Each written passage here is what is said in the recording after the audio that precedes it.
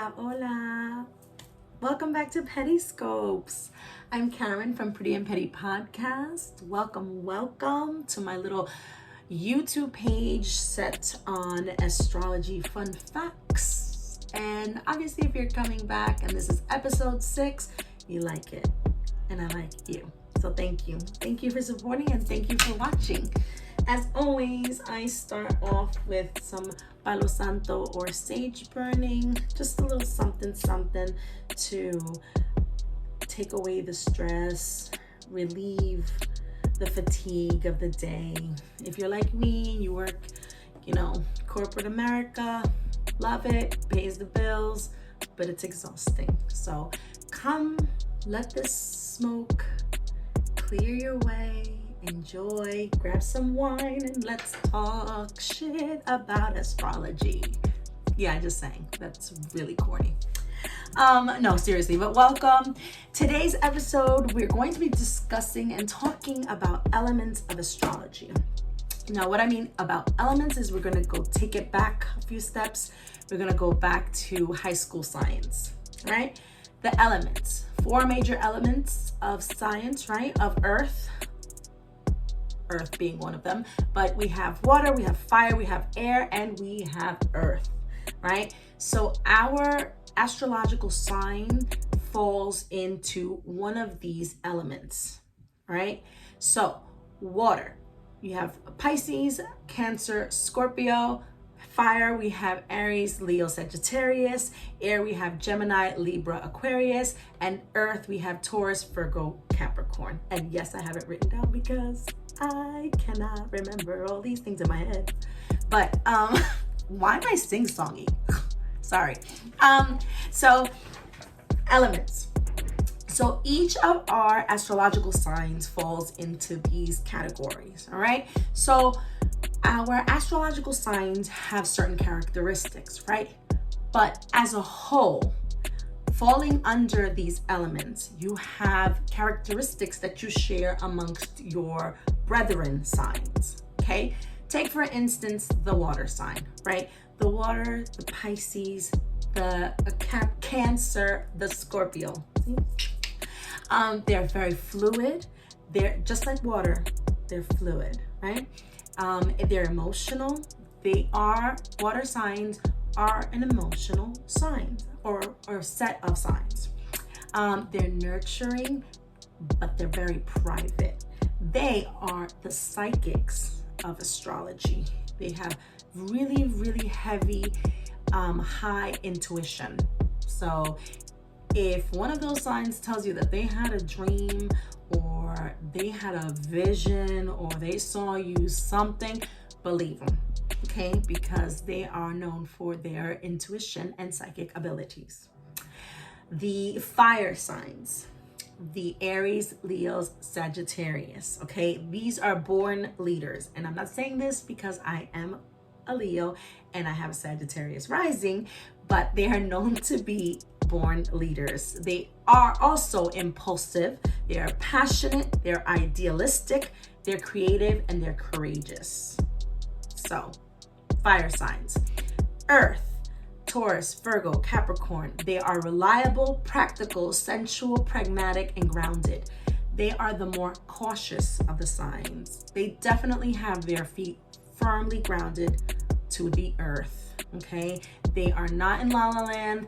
They are not dreamers. I mean, of course, we all have dreams and ideals and goals, but theirs are based off of actual achievements and work. So that's your earth sign.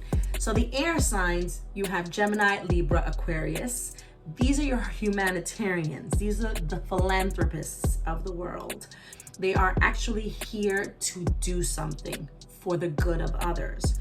They are intellectual, they are detached, they're fair, they're social, and they're communicative. Their speaking skills are excellent. Obviously, right now, I'm not one of them, but their speaking skills are excellent. And they're very mental. It's just very mental signs. I don't know how, because I have Esty and Alex, who are also part of this family of air signs, both Geminis, both have birthdays coming up, and I wouldn't particularly say they are communicative and social, but I love them. Esty, Alex, I know you guys are gonna pay me back for this shit later on.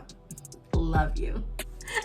But seriously, something else that the signs have are a female and a masculine element to them. So the water signs, fluid, are female sign. They are the yin for the yang.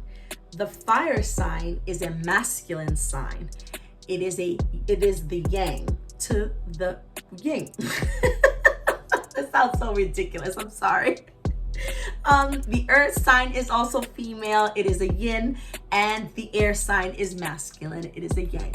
And all I keep thinking about is The Golden Child with Eddie Murphy when he's like, ain't nothing wrong with my yang. Sorry, pop shit, right? It'll come out every now and then. Ignore it. So that's your little lesson on astrology today. It's the elements. Next time we'll talk about another aspect of astrology.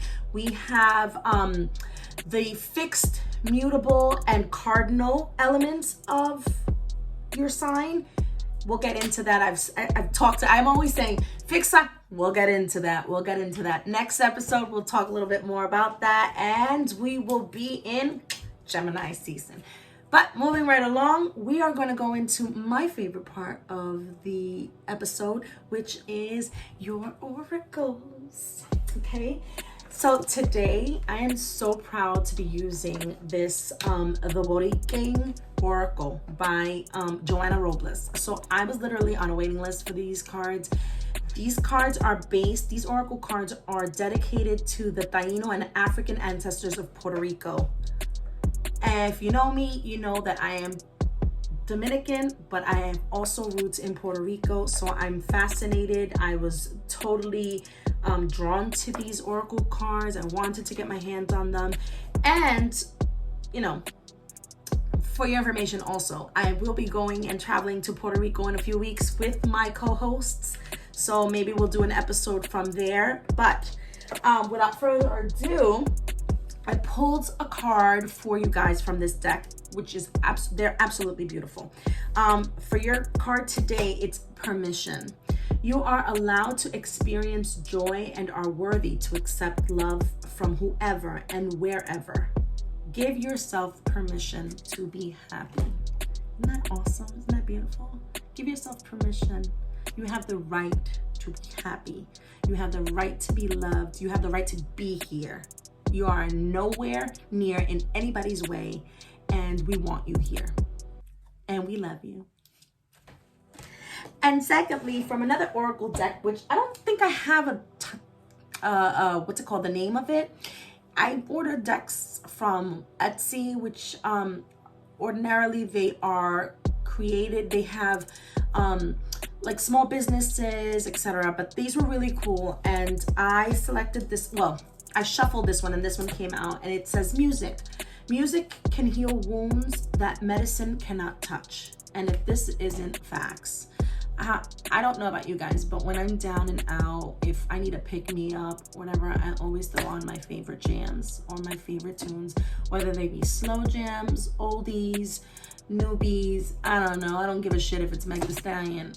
But if it makes me happy, if it's going to make me upbeat, that for me, music is the greatest healer. So put on your music and dance and let yourself be loved. And that's what I have for you guys today. I love you. Thank you so much for coming. There was no clapping today. But I thank you so much for joining me, and I hope to see you next time. Bye.